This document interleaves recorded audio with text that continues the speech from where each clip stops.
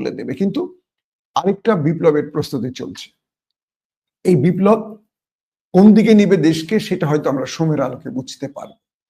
দর্শক, আমার আজকের আলোচনার প্রধান ইস্যু সেটি হলো বাংলাদেশে ইসলামী শাসন ব্যবস্থা।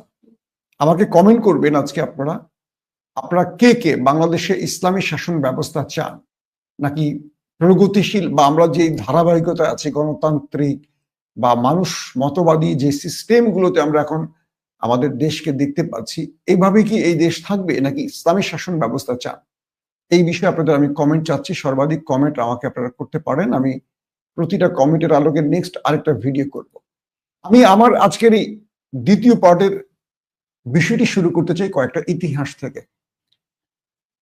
অনেকে আমাকে প্রশ্ন করেন যে মাসুম ভাই আপনি কার দ্বারা বেশি প্রভাবিত? আমি কয়েকজন ব্যক্তির দ্বারা প্রভাবিত, তার মধ্যে নাজিমউদ্দিন আরবাকান, তুরস্কের একজন মহান নেতা, এবং আমি আল্লামা ইকবাল, আমার কাছে একজন বড় দার্শনিক তিনি, আমি তার দ্বারা প্রভাবিত। তার হিউজ পড়া বই পড়ে আমার মধ্যে এটা যথেষ্ট প্রভাব পড়েছে, আমার চিন্তা চেতনা। আর বাংলাদেশে আমি প্রভাবিত একজন সাংবাদিক আছেন আমার দেশের মাহমুদুর রহমান।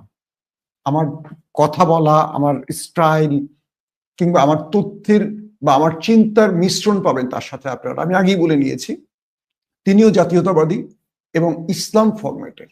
ঠিক আমি মাহমুদুর রহমানের সাথে আমার কিছু সম্পৃক্ততা পাবেন। আমি বলছি না আমি তাকে অনুকরণ করি, বাট তার চিন্তার সাথে আমার চিন্তার একটা মিল পাবেন। আমার দেশ সম্পাদক মাহমুদুর রহমান।